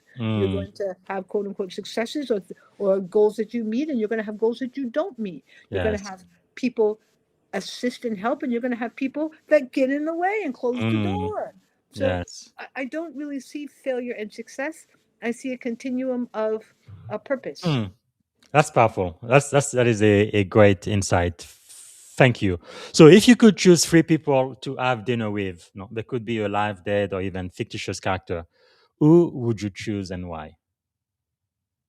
Um, I would probably choose my great great great grandmother, Wow. um, because she was the first to go from slavery to not being a slave. And what's Wow. interesting to me is her mindset, the change of her mindset, Mm-hmm. because it's not just a matter of what you do. If you're born a slave and you become free, being free is not a physical thing, it's a mental thing. So I would Mm. love to understand that process that she went Yes. through, to understand who she was and how she was going to raise her son, who in those days would be called a mulatto, right? Mm. Mulatto, which is not a very nice word. Basically, just saying that you have European with African, and the two had a baby, and that baby is the result, which just, right? Yes. So that's one. Um, Hmm. Two more? it's difficult because I don't know that I would choose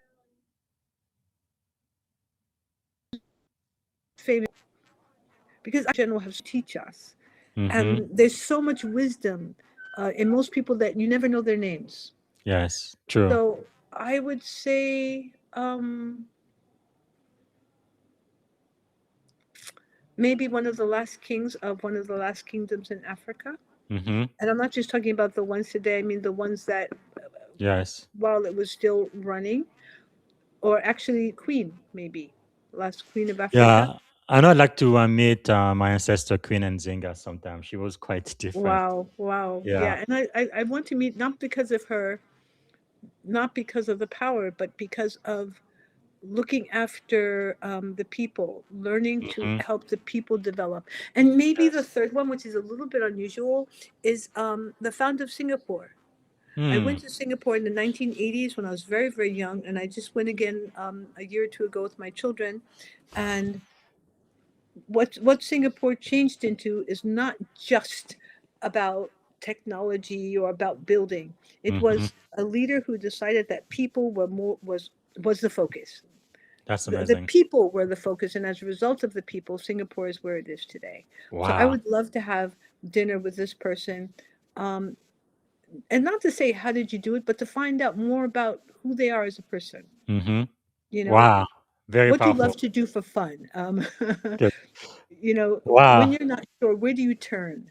Um, Yes. how do you get visions? Is it by dreaming? Is it by sleeping? Is it at night? I would ask these type of Yes. questions, which is not how did you build a nation? Mm-hmm. No, that nation is built on Insightful. those smaller things.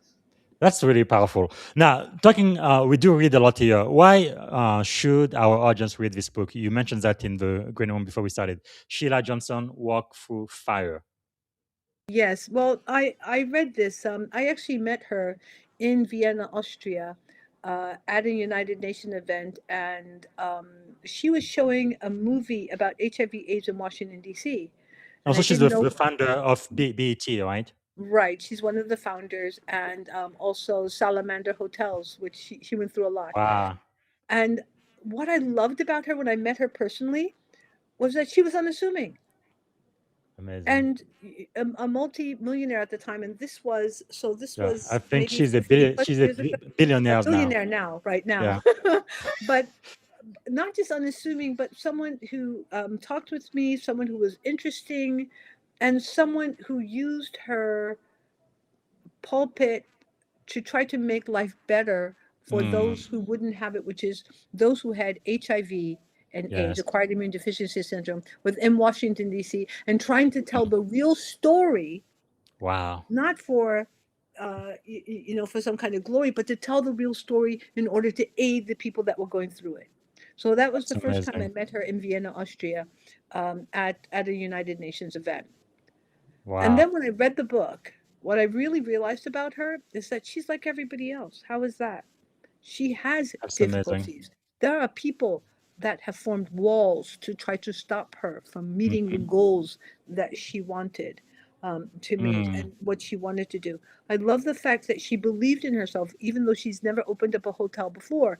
She was going wow. to do it, and she was going to do one of the best, and now it's one of the best within. I mean, now of course she has a That's bouquet, mm-hmm. a boutique, excuse me, of hotels in various countries. That's amazing. I love her energy, her self-confidence, her love of family, Mm, and her willingness to go through the difficulties and not always be right and not yes. always be wrong, but to go through it. So Amazing woman. powerful. And just what you talk about love, she says a memoir of love, loss, Oh but yes, also and triumph. triumph. So powerful. So what about this book? Why should our audience read this? Lily's Ah, Promise. Lily's promise is so important. Her grandson, Dove Foreman, who lives in the UK, helped her to write this book. And the whole Mm, family didn't know what she went through. But basically, she went through the Holocaust. She was one of, as a yeah. child. And what her mother and she was able to do was to have this locket with, as you can see in the picture, Mm-hmm. with the family. And she teaches me about resilience and Yes. about love. And, Man, even up until her 90s, she was on TikTok. I don't do TikTok. I'm thinking, that's how amazing. does she do this? And Man, she, instead of being accusatory, look what you've done to me. Look what yes. you've done to others. You've killed my family. Mm, Her air was, isn't my grandson and these young people are amazing? Let's see what that's we can do to amazing. help them keep going forward. And That's, that spirit wow. and that generosity is Yes. what really influenced me in reading this book. And the book is fantastic. The Absolutely triumph of the fantastic. human spirit. That's so wonderful. Wow. Is there maybe a song, a book, or a movie that would be your life's theme or anthem? Oh, wow. What a good question. I haven't thought about. Um, yes, my own song, which is Teach Me to Live One Day at a Time with Courage, Mm, Love, and a Sense of Pride, giving me the ability to love and accept wow. myself so I can go and give it to someone else. That's so powerful. You don't really need to produce that song again. It needs to be available on Apple Music and everywhere music. Thank you. Actually, I'm going to do that now. That's It's only wow, eight original powerful. songs, but I'll do that. Powerful. Okay, we are coming toward the end again. I'm very, very grateful for your time today. Sorry, we had a little bit of technical No, difficulties I'm earlier. grateful for yours, but that's Yeah. life. And I think that Yes. you see, that's the way people need to see life. Not this, oh, this is Mhm. shiny and it's perfect. But you go with Yes. the flow. You still meet wherever you are and you make Mm, it happen. And this powerful. was important. I'm Thank you. happy that we had Thank that you. difficulty. Thank you. Thank you. All right. So, as we come to the end, let me ask you this. If you had one and only one day to live, what would you have liked your final contribution to be? Oh, I would like to have a resiliency camp for children. Mm, Like I've had to have them learn the values of whatever culture they're in, yes. and to let them know that they are everything and that they're so important in the world. So I would like Mm, to be a part of a resiliency camp, be there, help to the people that are in that culture running that camp, and more importantly, be yes. with the children and let them understand and see that they are the most important people in the world and that they have Mm, so much to give just in being themselves. Just that powerful. would stop so much mental health issues, so many drug Yes. issues, so many other issues. If we could just allow children to really understand who they are and how much we care and Mm, love them and trust them to help lead us. so powerful. So powerful.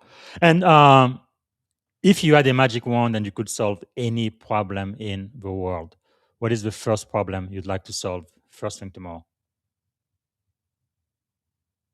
That's a really good question, but I think that it's a bit strange, but I think that the first problem I would like to solve is older people remembering who they were as children and then doing Mm, everything they can to bring that children to the innocence. forefront to actually help to solve many of the problems that we have today.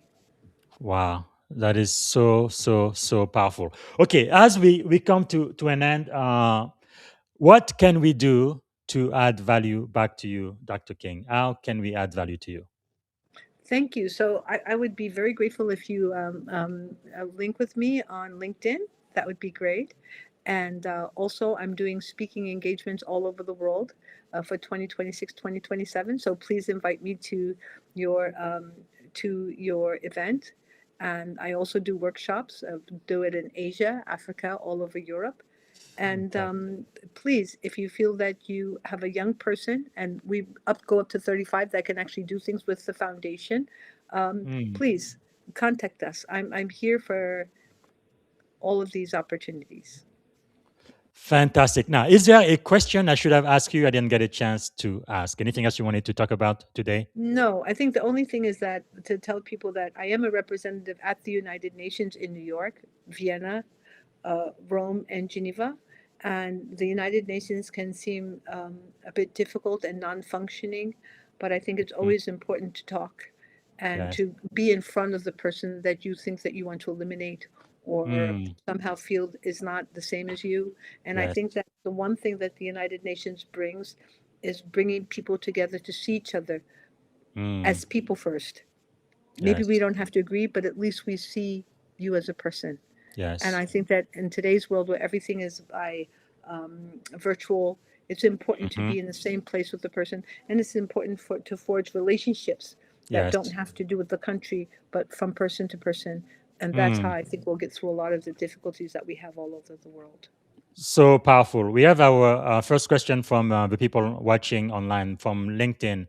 Daniel from Orlando says, Dr. King, when you talk about helping young people discover the treasure within, what is one practical practice leaders can use to move from speaking for youth to truly sharing power with them in decision making? Oh, thank you for that. One practice. Any place where you sit at a table. It doesn't matter if it's a religious place. It doesn't matter if it's a community Mhm. organization. It doesn't matter if it's a voluntary organization. Please advocate for youth being a part of it. I've done that. I've done that even in spaces where we work with children. And I've had to advocate for children being a part of us working with children. So, Yes, including at the United Nations, I've done it, as we've talked about. that's So, amazing. if you have any space anywhere, invite a child. What does that mean? Someone under 18. Don't think that they don't get it. They do. Mm. And just a note on that, my youngest child, I took her to the UN when she was 7 to do children's rights, and I thought she wouldn't Wow. understand it. I was convinced that she didn't know what was going on, and that she was just with me. Later, someone asked Wow. her a question, I think 2, 3 years later, and she said, "Oh Mhm. no, I went to the United Nations and I was helping with children's rights," and she floored me Wow. because That's even I amazing. that work with it didn't realize that she understood. It doesn't mean Yes. that they use the language we use, Hmm. but they understand. So to answer the question, Wow. take 1, 2, 3 people within each place that you sit at a table and get those young people involved, Yes. and you'll be so surprised how it'll change everything for the better. That is really amazing. And if you could go back and give a piece of advice to your 17-year-old self, let's say 19, that's when you met the great man, Angelo Waikiki, Hawaii. If you go back to that time, standing at the edge of this incredible career and impact you've had, what would you say to 19-year-old Ariel? I think I would say it's okay, be who you are. Be who I mean, you in are. Hawaii at the time, I was quite unusual. I Mm, didn't play basketball, I played tennis. I played classical music. Um, wow, I was in the honors program when they asked me if I needed remedial math and reading. that's I'm just amazing. laughing now because, Yes. and I spent a lot of times in hospitals because I was working with children with terminal illnesses, and I did Mm, a lot of research. I was a strange and wow. unusual 19-year-old. Instead of going to the beach, I did do that, but not as much. So I Hmm. would say to myself, it's okay, be who you are, and Wow. share it if you can. Authenticity. Powerful, powerful. So, Dr. King, imagine every young person in the world could hear one final message from you. What would you want them to know about their worth, their voice, and their ability to change the world? Thank you. I want children and young people to know that you are the answer that we're looking for. Mm, And please understand that no matter what people tell you that you don't have the experience or you don't have the ability, you have something that us older people don't have. And wow. that is usually you have the possibility of change, you have the possibility of hope, and you have a And spark that some of us still maintain, but it'll never be as bright as your spark. yeah, So we need you. so powerful. Wow. I'm going to have both my daughters watch this podcast today. This is so wonderful. Thank you. So, after meeting world leaders, Nobel laureate, artists, activists, and change makers across more than 65 countries, what have you learned about humanity that most people still don't understand? It's the foundation of who we are. I mean, once we tap into our humanity, that's our power source. You want to Mm, figure out how to make life better. You want to figure out how to do better. You want to get that boost that you need. Humanity is it. Figure out who you are as a human being. What does it mean to be wow. a human being? What does it look like? What does it smell like? When you Yes. see it, do you know it? Can you replicate it? For me, Mm. that's everything. So powerful. So, when your daughters and future generation look back on your life, what do you hope they say mattered most? That I love people, especially Wow, children and youth. powerful. Okay, and this is the very last question. If not now, then when? If not me, then who? How can someone listening today begin living those words before the day is over? That's a very, very good question. I think that all of us need to give ourselves some grace. So we don't need to Yes. be perfect and we don't need to know everything.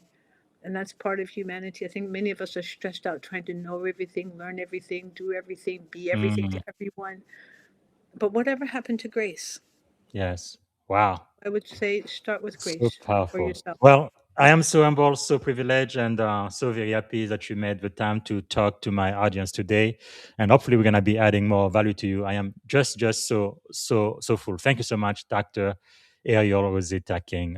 It's been such a great privilege and Thank you, honor. sir. It's a privilege for me. This is my first live podcast, and I'm so Wow, grateful. So thank you. And thank you. thank you for all the questions. I love thinking.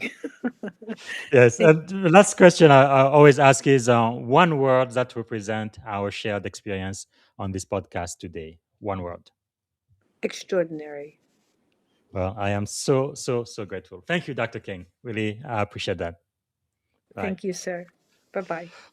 All right, everybody. This is one for the book. We just talked to Dr. King, and I am just so grateful for the opportunity. And again, everyone get a copy of the book. It's available everywhere books are sold.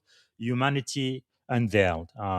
You need to read that book. And of course, follow Dr. King on LinkedIn, and it's on linkedin.com in Dr.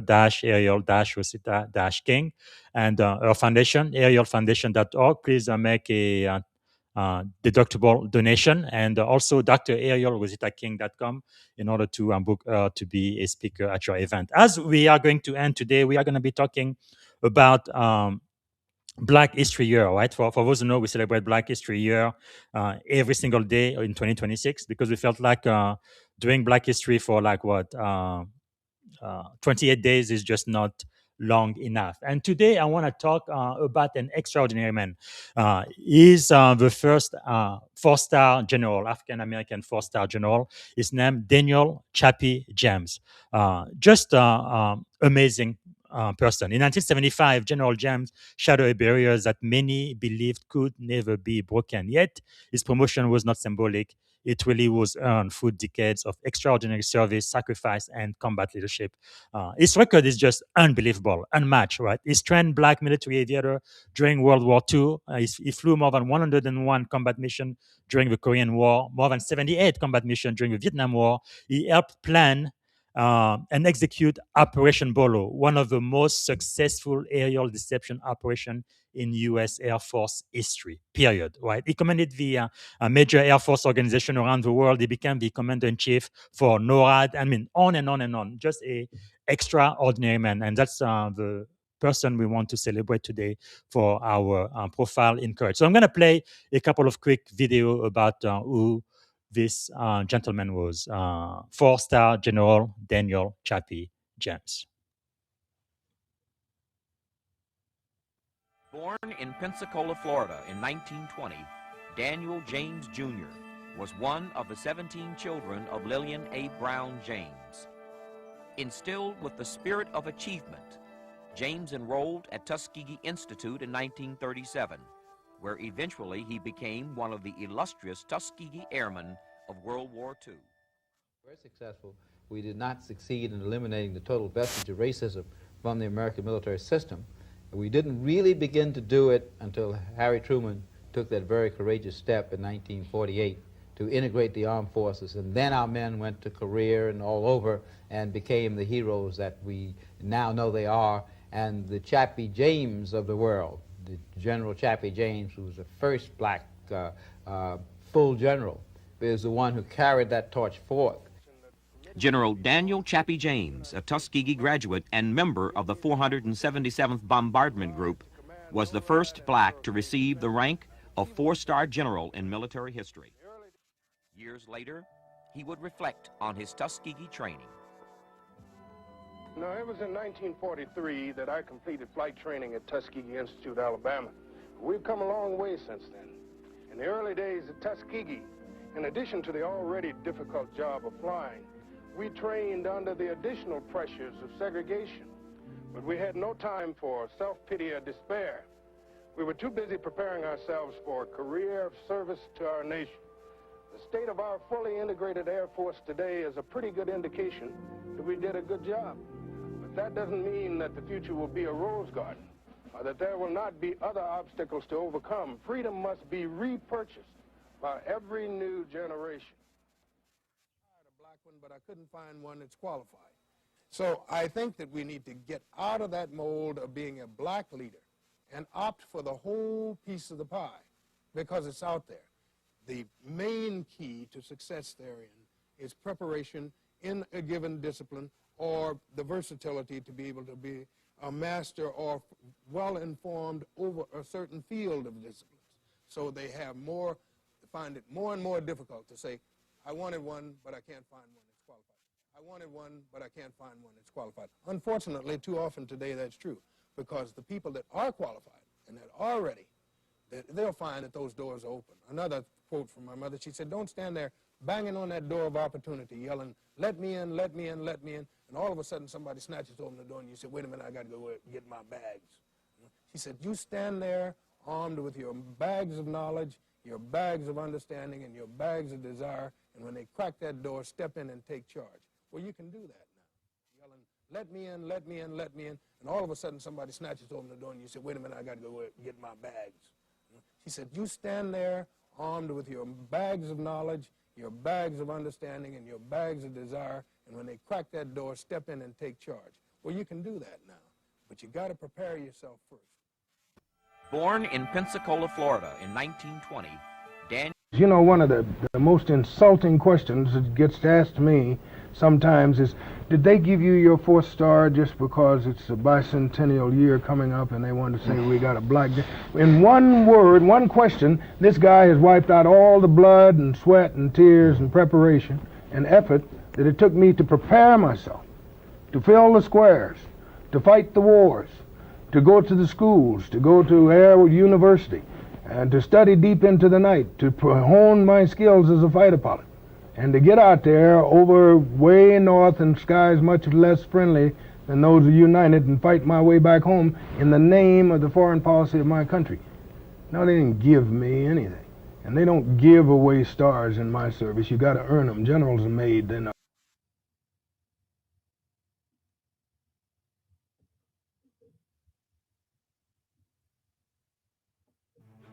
Thank you for tuning in to the Leadership and Success Podcast with your host, Coach BZ.